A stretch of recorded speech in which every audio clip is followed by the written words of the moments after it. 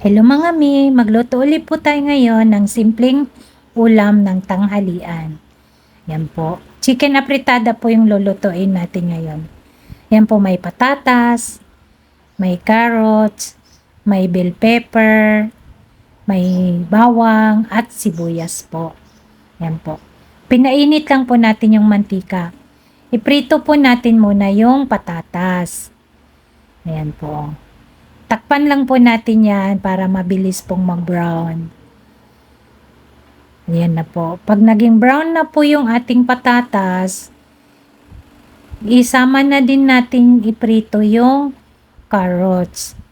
Ayan, hanggang mag-brown din po. Hintayin lang po natin mga mi. Ayan o. 1 kilong chicken po yan, ginawang apritada. Siguro kasya na po yan sa mga 8 tao. Yan po. Sa amin po kasi 3 lang kami kaya 3 araw din po yata naming ulam yan. Ilalagay lang po sa ref. Init-init lang pagka kakain na po. Ayan po. Pag brown na po yan, carrots at saka yung patatas, hanguin nyo na po at isit aside lang po natin. Ayan na po. Oh. Tapos bawasan nyo po yung mantika dyan. Kasi dyan na din po tayo magigisa ng bawang at sibuyas po. Ayan mga mi. Ayan na po oh. Ayan. Gisa na po natin ang sibuyas at bawang. Hintayin lang po natin na medyo malanta po yung sibuyas. Tapos ilagay na po natin yung manok. Minarinate ko po yung manok overnight sa toyo po at kalamansi. Ayan po oh. Ilagay na po natin dyan yung manok, tapos po, hintayin lang po natin na mag-brown yung chicken. Ayan po, oh. Ayan. Hintayin lang po natin na mag-brown. Ilagay na rin po pala natin dyan yung yung bell pepper para maluto na po yung bell pepper. At saka po kasi mabango po yung yung bell pepper pag kasamang niluluto yung chicken. Para mawala yung lansa ng chicken. Ayan po. Tapos takpan lang po natin yan hanggang sa mag-brown po yung kabilang side ng chicken.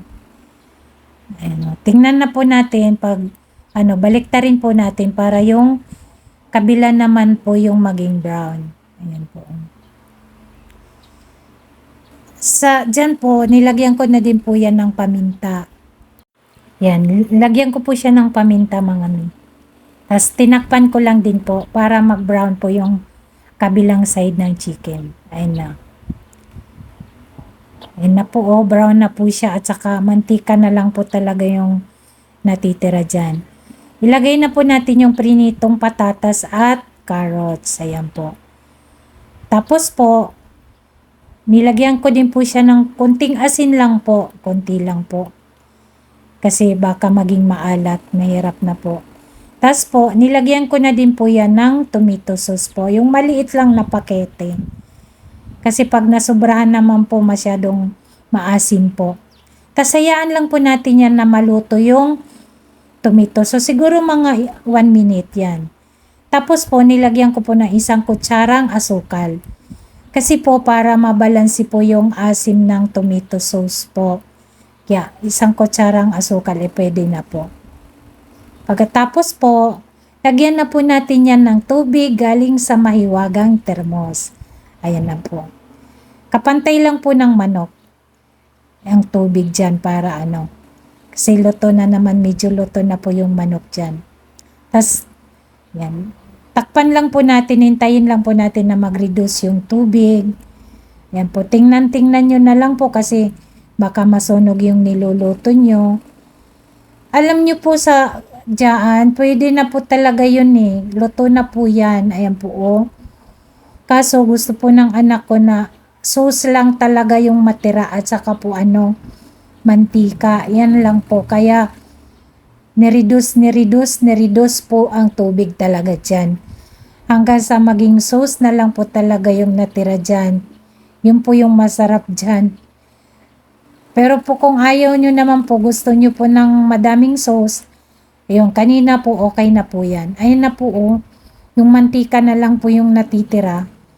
Yan po yung gusto ng anak ko. Ayan o. Ang yummy po niyan, mga mi. Ayan, luto na po yan. Tara na po at maganda na tayo. Ayan po yung rice. Ayan na po yung chicken apritada. Ayan po oh. Ang lami, ang yummy, yummy po niyan, mga mi. Saka may saging din po kami. At saka po ako, may gulay po akong okra na pinatong ko po doon sa paksiw ko habang iniinit. Ayan po oh. Thank you for watching.